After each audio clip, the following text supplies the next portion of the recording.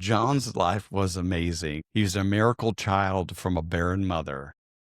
He was filled with the Holy Spirit in his mother's womb. So he grew up knowing the constant presence of God in him, guiding him. He was called to what? To become something greater than any prophet before him. Just think of that. He was called to prepare the nation to be ready for their greatest hope, their collective greatest hope, the coming Messiah. So what was it about John that God could trust him to live that life and lay it down when Jesus came? What is the hidden after thing that John had with God that made him the man who could do all of this?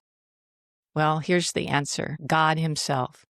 John always lived in the reality of God consciousness that allowed God to shape his heart. That is why John could mean it when he said in John 3:30, I have to decrease, he has to increase.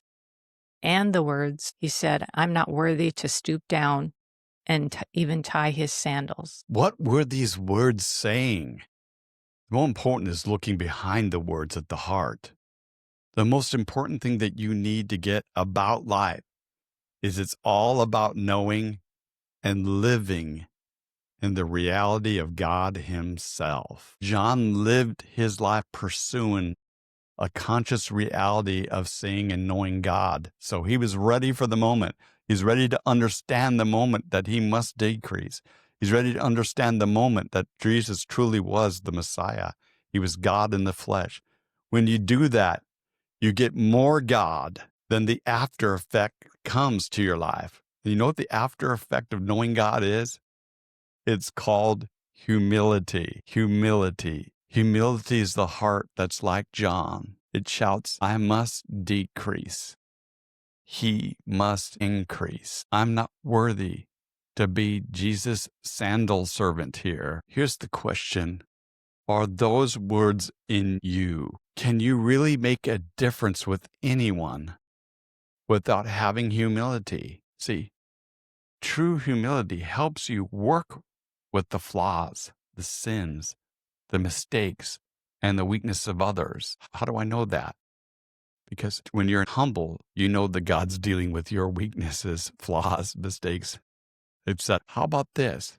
Can people be helped who haven't found the heart and power of humility? Humility is so important to the ability to change. There's this powerful law that emanates through the universe. It says God resists the proud, but gives grace. Literally empowering grace to the humble. Humble yourselves. How do we humble ourselves? Well, I'm a terrible person and I shouldn't be doing anything and God's better than me and I'm an awful sinner. Nah, that's not how you humble yourself. Humble yourself when you put yourself up against something that humbles you. And who is going to always humble you? That's God.